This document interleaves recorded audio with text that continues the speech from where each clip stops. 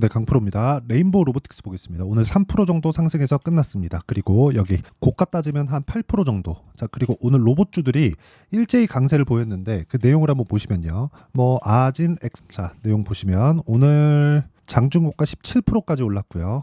관련돼 있는 내용들 보겠습니다. 에브리봇 보면 오늘 16% 상승 마감이 됐습니다. 그리고 이 내용에 대한 부분을 보면 에브리봇 같은 경우에는 1월과 2월 달에 굉장히 크게 강세를 보였다는 걸 볼 수 있습니다. 자, 그런데 레인보우 로보틱스는 1월과 2월 달에 그렇게 크게 시세가 나오지 않았죠. 자, 구조에 대해서 설명해 드릴게요. 주식은요, 뭉쳐 다닙니다. 그렇죠? 이렇게 뭉쳐서 섹터, 즉 테마를 형성을 했을 때 시세가 크게 터집니다. 근데 이렇게 뭉쳐지려면 어떤 이유, 그러니까 흔히 얘기하는 호재, 이게 필요해요. 그렇죠? 근데 호재가 나와서 주가가 올라가는 게 아니라 주가가 올라갔을 때 호재가 나온다. 즉 신고가를 만들었을 때 호재가 나온다. 그걸 보시면 됩니다. 즉 호재가 나오는 것보다 돈이 더 빠르다. 자, 이 내용입니다. 내용 보시면요, 이거예요. 이 내용을 보시면 삼성전자 로봇 연구 주력 소식에 로봇 관련주가 강세를 보였습니다. 오늘 아침 10시 18분에 나온 기사예요. 밑에 내용을 보시면요, 삼성전자가 자율주행 대신 로봇 연구에 역량을 집중한다는 소식에 로봇 관련주가 일제히 상승세다.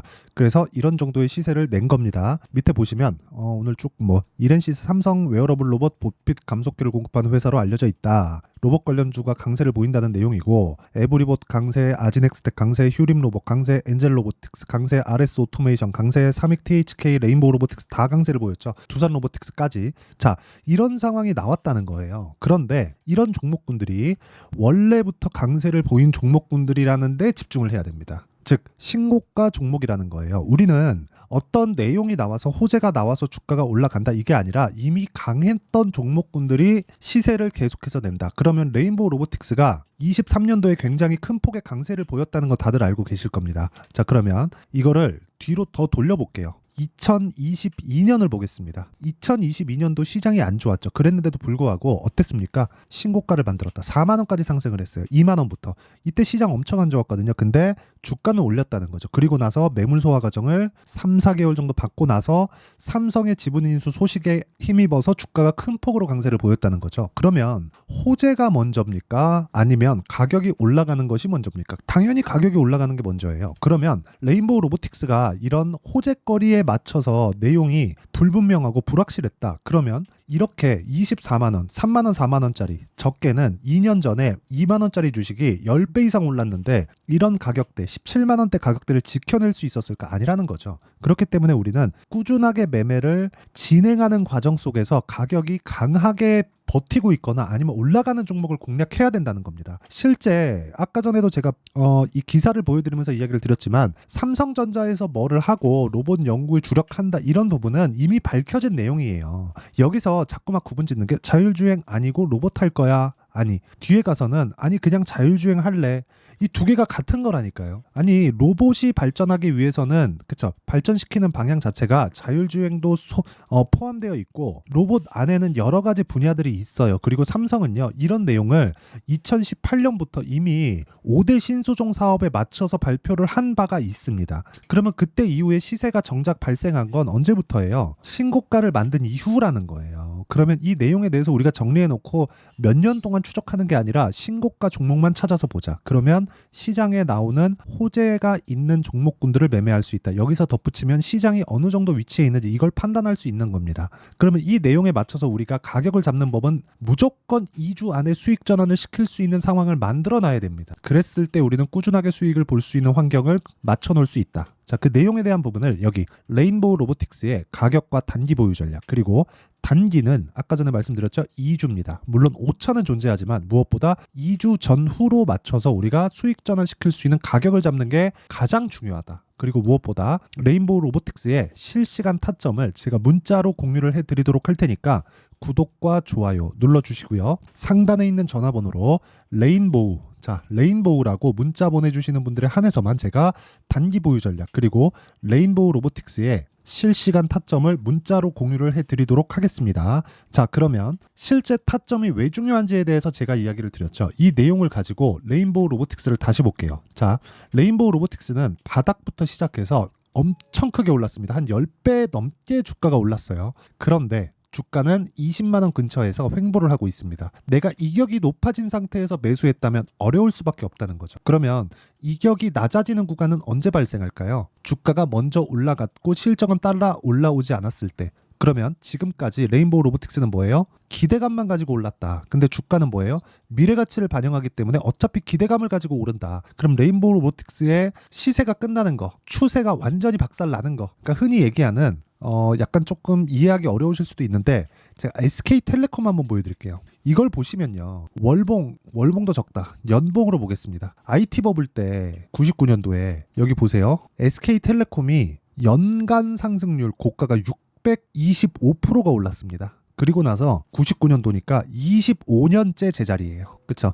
돈은 벌고 있지만 성장할 수 없기 때문입니다. 미래 가치는 똑같다. 그럴 때 주가는 오르지 않는다. 시장이 나빠졌을 때 빠지지만 다시 올라오기도 한다. 근데 올라오는 구간에서 더 높아질 수는 없다. 고가 돌파하기 위해선 뭐가 나와야 돼요? 성장이 나와야 된다. 성장은 뭐예요? 기대감이다. 성장한다는 확인이 되면 안 되는 거예요. 그렇죠? 주가는 고점이다. 그러면 이걸 가지고 우리가 레인보우 로보틱스를 다시 봅시다. 지금은 뭐예요? 기대감이 있다. 안 그랬으면 주가 떨어진다니까요. 그렇기 때문에 우리는 기대감에 맞춰서 타점을 잡는 게 중요하다. 자, 이 타점을 이해했을 때 우리가 어느 정도까지 매매를 할 수 있는지 보겠습니다. 자, YC, HBM 관련주입니다. 올라가는 구간에서 매수, 올라가는 구간에서 매수, 매도, 수익이에요. 그리고 올라가는 구간에서 계속해서 매수, 떨어지는 상황도 있겠지만 계속해서 내가 공략하는 시점, 이걸 계속해서 잡아야 된다는 겁니다.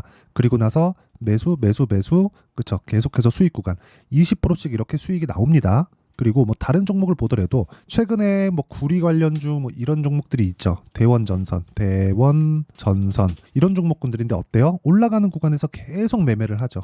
그렇죠? 반도체 종목군들 그리고 로봇주를 이야기를 드렸으니까 에브리봇 오늘 에브리봇도 강세죠. 에브리봇도 어때요? 올라가는 것 다 확인하고 나서 매수. 그랬을 때 며칠 동안 47%의 수익 구간을 만들어내죠. 이런 상황을 지속적으로 만들 수 있어야 내가 꾸준하게 수익을 낼 수 있다는 겁니다. 자, 이런 내용을 제가 여기 소통방에서 10억 만들기 프로젝트로 모두 공유하고 있다. 자, 내용 보시면 일진전기, 대원전선 아까 보셨죠? 그리고 여기 VT도 있는데 최근에 화장품도 강합니다. VT 같은 경우 화장품이에요. 자, 보세요. 올라가는 구간에 계속해서 매수한 결과 수익을 만들어내고 오늘 고가에 매도를 일부 했습니다. 추가적으로 상승하는 부분은 다음 주에 매도 예정입니다. 이렇게 올라가는 상황에서 내가 매매를 할 수 있어야 된다는 거고, 이러지 못하면 내가 매수해서 계속 기다려야 돼요. 기다리는 구간에 어떤 뭐 시장이 빠질 수도 있고 이 종목에 대한 문제가 생길 수도 있어요. 이런 상황을 만들지 말라는 겁니다. 그래서 가격에 대한 부분이 내가 이해가 잘 안 되고 어렵다 하시는 분들은 소통방에 들어오시면 되고요. 소통방은 무료로 진행합니다. 그래서 구독과 좋아요 눌러주시고요. 상단에 있는 전화번호로 구독 또는 10억이라고 문자 보내주시면 제가 소통방 입장 링크를 순차적으로 공유를 해드리도록 하겠습니다. 자, 그러면 그쵸? 레인보우 로보틱스에 대해서 제가 왜 계속해서 추적 관찰하고 있는지가 이해가 되셔야 이 정도 선입니다. 이 정도 선에서 거래가 강하게 터지는가, 그리고 강하게 터지는 구간에서 내가 횡보하는 구간을 뭐 보유하고 있고 뭐 이런 게 아니라 그 다음에 추가적으로 상승할 수 있는가, 그 가격에 대해서 이해하는 게 정말 중요합니다. 그렇죠? 자, 제가 결과에 대해서 다시 한번 보여드릴게요. 예를 들어서 뭐 자람 테크놀로지나 이런 종목들 보잖아요. 올라가죠. 조정받습니다. 다시 올라가죠. 이런 구간이, 물론 이런 구간이 계속해서 내가 수익 실현을 하고 뭐 만들어내고 이런 걸 만들어낼 수는 없어요. 매매하다 보면 손절할 수 있는 그런 구간이 있습니다. 그런데 올라가는 모든 종목은 미래 가치를 반영한다는 게 중요한 겁니다. 자, 레인보우 로보틱스 다시 볼게요. 레인보우 로보틱스가 기대감을 가지고 24만 원까지 올라갔는데 이 구간에서 횡보하는 구간을 만들어냈고 주가는 빠지지 않았어요. 그러면서도 저가를 계속해서 높여오는 상황을 만들고 있습니다. 이러면 고가 돌파한다는 거예요.